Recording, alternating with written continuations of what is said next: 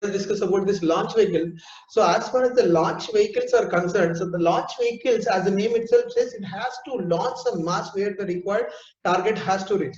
So we're generally in atmosphere or within the service of on ground, we have so many couriers and all this. They are dropping the required whatever the parcel we need. They are reaching to the destination, and designation the destination, the point where the target is there or address is given, so there it is being reached. Whereas the launch vehicles are defined where it has to travel beyond the atmospheric limits. They have to travel beyond the atmospheric limits. In that case, we are utilizing the rockets as our launch vehicles, and in some cases we are using the shuttles also. That we are calling it as space shuttles. So what is the purpose of the space shuttles and the launch vehicles is, in order to transfer mass from one planet to the other planet, so these launch vehicles are used. Or in order to transfer some mass into the space regions, these launch vehicles will be utilized. So here I have brought some launch vehicles on screen. You can see, so which is brought from which site also, that is being cited here in this one. So here you can see the size of the launch vehicles is being given. So whereas the V2 Germany was around in between 10 to 20 meters, and USSR, that is Russian one, so which is having around 30 to 40 meters, and US Saturn V, which is around 100 meters and above, and the space shuttle was designed by US again, so it is around 60 meters, very close to that one. And Ariane 5, so that is European Space Agency, this is around 60 meters close to that one. And Delta 4 heavy vehicles, so that is from US again, so it is in between 70 to 80 meters, and Proton from the Russia, it is around 50 to 60 meters height, and from the China CZ2F, so it is around close to the 70 meters height. So this is the heights of the launch vehicles. So now the question comes, why do we need to talk about this heights of the launch vehicles here in this one? As far as our discussion is concerned, it is about the launch vehicles, right? So why am I talking about this height and this bodies is, so when we are concerned about this launch vehicle main purpose is to transfer the mass into the space. What can be the mass? So the mass can be satellites, or it can be traveling from one planet to the other planet we would like to move, right? So for example, mission to the Mars, mission to the moon, right? So maybe for this particular purpose, based upon our space mission and the type of vehicle need to be used. And can you guess what is the number we need for how much the mass it can transfer? Means out of the total body weight, 2% is the mass which can transfer in a space vehicles or in the launch vehicle. 2% is only the mass it can travel with it. For example, if you are taking 100 kg mass of a launch vehicle, completely integrated system, propulsion, everything, it is available inside, right? So complete vehicle, if it is weighing 100 kg, so that means maximum the weight which it can transfer is, that is only 2 kg. 2 kg weight it can transfer into the required point. That is what the launch vehicles. So how much we are paying is 80%.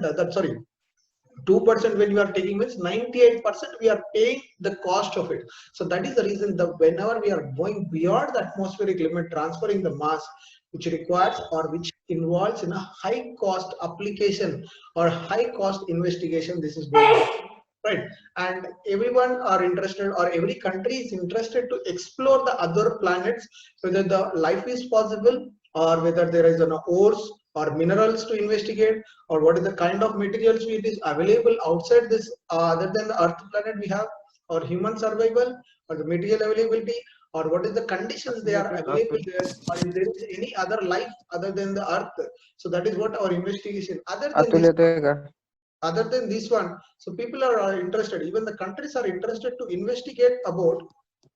So with the satellites orbiting around the Earth, in order to maybe for the reconnaissance purpose, so that is for the investigation or for the surveillance purpose they are using it.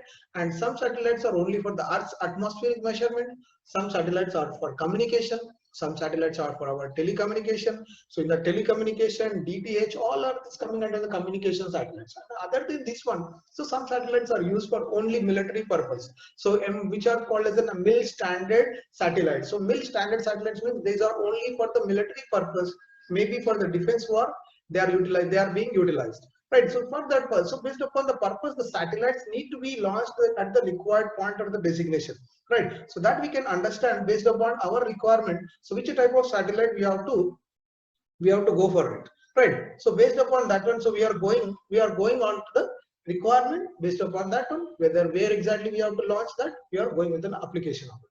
So now coming to the Indian, so as we are very proud about, the ISRO has recently went for the mission to the mission Mangal, so that is mission onto the moon. So moon mission. So in that one we have seen, so that completely the rover has to be placed onto that moon, and where it is expected to travel around and take us images on that one. So for that will give us a communication with the satellite, and through that one we would like to take or grab the data what exactly is available on that one, right? But we were successful up to the very close successful we were reached to. And as far as this launch vehicles are concerned, they will be divided into the stages. So we don't take it as complete vehicle as one body, but they are divided into the stages. So here on this, if you see this payload is the actual mass which is need to be transferred to the desired location. Payload is the actual mass which need to be transferred to the desired location. And coming from the bottom of this one, so we have strap-on boosters, then we have first stage, then we have second stage, then we have third stage. Above that level we have a payload fairing. Then above that level we have payload fairing. So that means in that payload fairing we have our actual mass to be transferred to the desired location. Maybe it may be a rover, it may be a satellite. What are the mass we are interested to transport it to that location? So what exactly this ISRO stands for is Indian Space Research Organization. Indian Space Research Organization. Previously it was formed by the Tata, then later it was given so many names, and currently after this we have finally ended with an ISRO. Not only ISRO, under ISRO there are 60 units working in different platforms, and where the students also can approach them for their internship or to explore your ideas or to explore what exactly is happening. So some laboratories are open to the public. Some laboratories are very confidential. They will not allow anyone to reach there until unless they are employees of that organization. Okay, so now talking about this payloads or the launch vehicles. As far as the launch vehicles are concerned, here at the bottom, what exactly the strap-on boosters are doing. So these boosters will boost that particular vehicle to move from that Earth atmosphere. First, initially, any vehicle has to come out from the Earth's atmospheric range. So that means, as we all know, escape velocity. As we all know, the Earth's escape velocity is 11.2 kilometers per second. 11.2 kilometers per second. That speed need to be achieved initially. So initially, to achieve that speed, so we need high amount of propulsion or high amount of energy in order to overcome this Earth's gravitational influence or escape from the Earth's atmosphere. But later, when it moves into the space, we don't need that much of high energy to be available, because when we are out of the Earth's gravity field, so we don't require that much of energy. So these strap-on boosters will get separated from the body, and next it will come to when the boosters get separated from the body. So let me anoint it and show you. So this boosters will get separated from the main body, and then next what is the propulsion unit is, our first stage will start functioning in that case. The first stage will reach up to the certain point, then once the first stage fuel is being utilized, so then it is empty structural weight, no need to carry there. So that empty first stage structure again it will get separated. First boosters will leave, then first stage will be starting running. So that means we will be utilizing the fuel in the first stage. Once the first stage fuel is being emptied, then we'll go on to the second stage, where in the second stage running, and again the second stage fuel, if it is getting emptied of that front, so then we are dependent on the third stage. So that means at the third stage we are very close to the orbit location or very close to the target location to reach.